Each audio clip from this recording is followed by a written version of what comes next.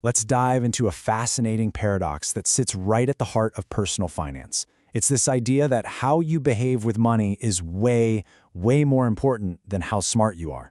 It's a concept that explains how some of the most unlikely people can build incredible fortunes, while some financial geniuses, well, they can end up completely broke. To really get this, we've got to start with an incredible, true story that seems to defy all financial logic.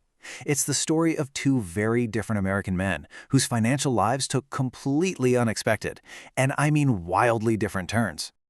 Okay, so picture this. On one hand, you've got Ronald Reed, a janitor and gas station attendant from rural Vermont. And on the other, you have Richard Fusconi, a top executive at Merrill Lynch with degrees from Harvard and the University of Chicago. You'd think their financial stories would be worlds apart, right? And they were, just not in the way you'd expect. So Ronald Reed, the janitor, did something pretty remarkable. He just saved what little he could, invested it in solid blue chip stocks, and then he just waited for decades.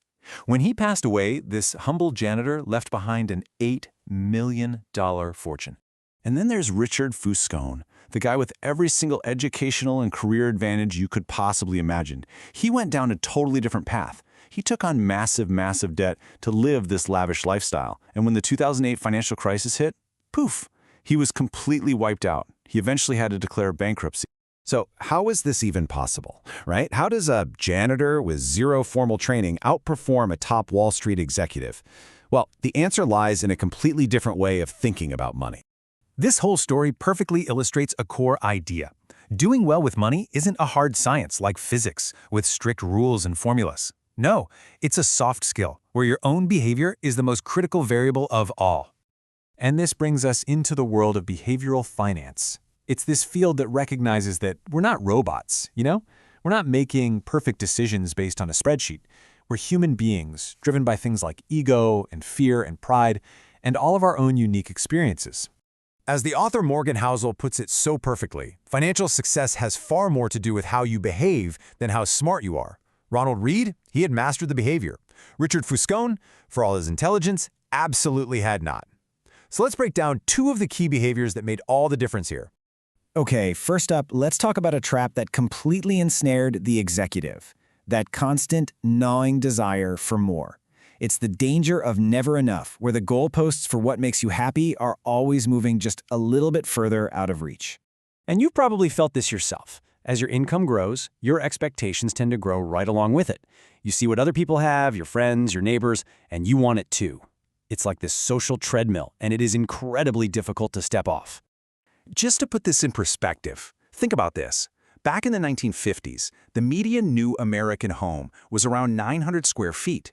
For an entire family, maybe with 2 or 3 kids, that was considered enough. Now, fast forward to today, and the median has ballooned to almost 3 times that size. Our baseline for what a normal life looks like has just dramatically shifted. Our goalposts have moved. Richard Fuscone took this to an absolutely insane extreme. He didn't just move his goalposts, he launched them into another galaxy. He had several mansions, each over 25,000 square feet. All of it financed with just crippling debt. He never ever defined what enough was, and it cost him everything. So if never enough is the path to ruin, what's the path to success? Well, it's the second key behavior, and it's the secret to Ronald Reed's fortune. Being reasonable is so much more effective than being coldly rational. A rational approach might tell you the absolute, mathematically perfect investment strategy. But a reasonable approach asks a much better question. What's a pretty good strategy that I can actually stick with for decades without totally panicking? You see, the best plan is always the one you don't abandon. The financial advisor Tim Ewer just nails it with this. Your strategy has to fit your personality, your own goals, and your tolerance for risk. It has to feel right for you.